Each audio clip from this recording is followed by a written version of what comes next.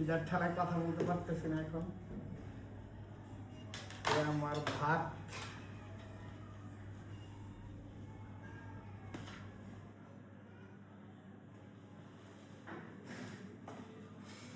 প্রচন্ড খিদা লাগছে। লেবু, সুগন্ধি লেবু তো অবশ্যই থাকবে।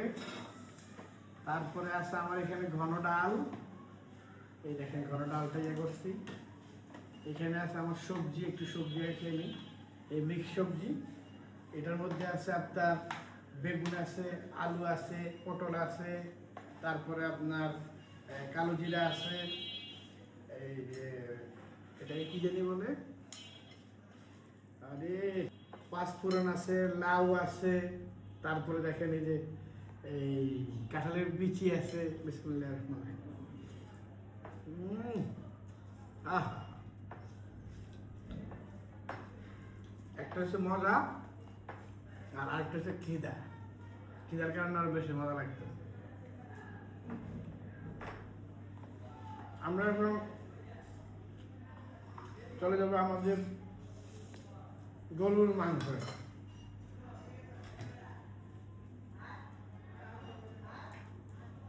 দেখেন ভাই কি মাংসটা কি রান্নাম, একটু কষ্ট যে করলাম, অবশ্যই কমেন্ট করে জানাবেন যে এটা কি রান্নাম দেখছেন। তবে আমার হাতের এই গরুর মাংসটা এত টেস্টি হয় যেটা আমি আপনাদেরকে বুঝাতে পারবো না। আমি একটু এটার পরে এটা নিব। খিদা এমন লাগছে, সকালে নাস্তা খাই নেই, ডিম। আগে গরুর মাংসটা টেস্ট করে দেখি। গরুর মাংস ওই সময় যখন রান্নাছিলাম, আমার মাংসের প্রেমে আমি নিজেই পড়ি। গরম গরম গরম খাইতে কিন্তু মজা আলাদা। বাট আপনারা গরম গরম খাবেন না, আমাদের হাদিসে আছে একদম অতিরিক্ত গরম খাওয়া নিষেধ। কারণ অতিরিক্ত খাওয়ার মুখে দিয়ে যদি গিলা ফেলান, আপনার খাদ্যনালীতে জ্বলে যেতে পারে। সো একটু ঠান্ডা হইতে দিবেন, নর্মাল মানে মিডিয়াম, একটা ঠান্ডা খাওয়া না, মিডিয়াম। অতিরিক্ত গরম খাওয়া কিন্তু নিষেধ হাদিস আপনি দেখেন। বিসমিল্লাহির রহমানির রহিম। কারণ এটাতে আপনার মুখের ক্ষতি হবে। বিসমিল্লাহির রহমানির রহিম।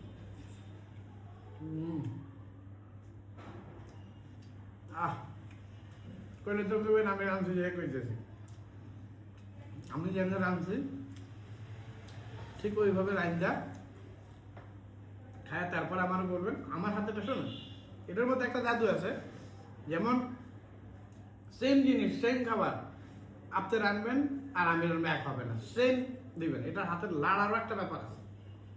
প্রত্যেকটা জিনিস হাতের লাড়ার একটা ব্যাপার আছে, হাতের জোশের একটা ব্যাপার আছে। এটা সব কিছু একসাথে হবে না, দেখছেন আপনি। আমার এটা কালার কি ছিল, এখন কালারটা কি হচ্ছে বলেন। এটা হচ্ছে রিয়েল গরুর মাংসর কালার থাকতে হবে এমন, যেটা কালার অর্ধেক দেখতে পেট ভরবো, অর্ধেক খায় পেট ভরবো। আমরা ভিডিওর জন্য ঠিক মতো খাইতে পারতেছি না, ভিডিওটা বন্ধ করে একদম ভিতরে ঢুকে বেশি বেশি উড়া জোড়া খামো, খিদাটা একটু নিবারণ করবো। তারপর একটু শোয়ার পরেই কাজে বের হয়ে চলে যাইতে হবে সে বহুদূর, বিক্রমপুর। আজকের জন্য এখানে বিদায়। আসসালামু আলাইকুম ওয়া রাহমাতুল্লাহি ওয়া বারাকাতুহু।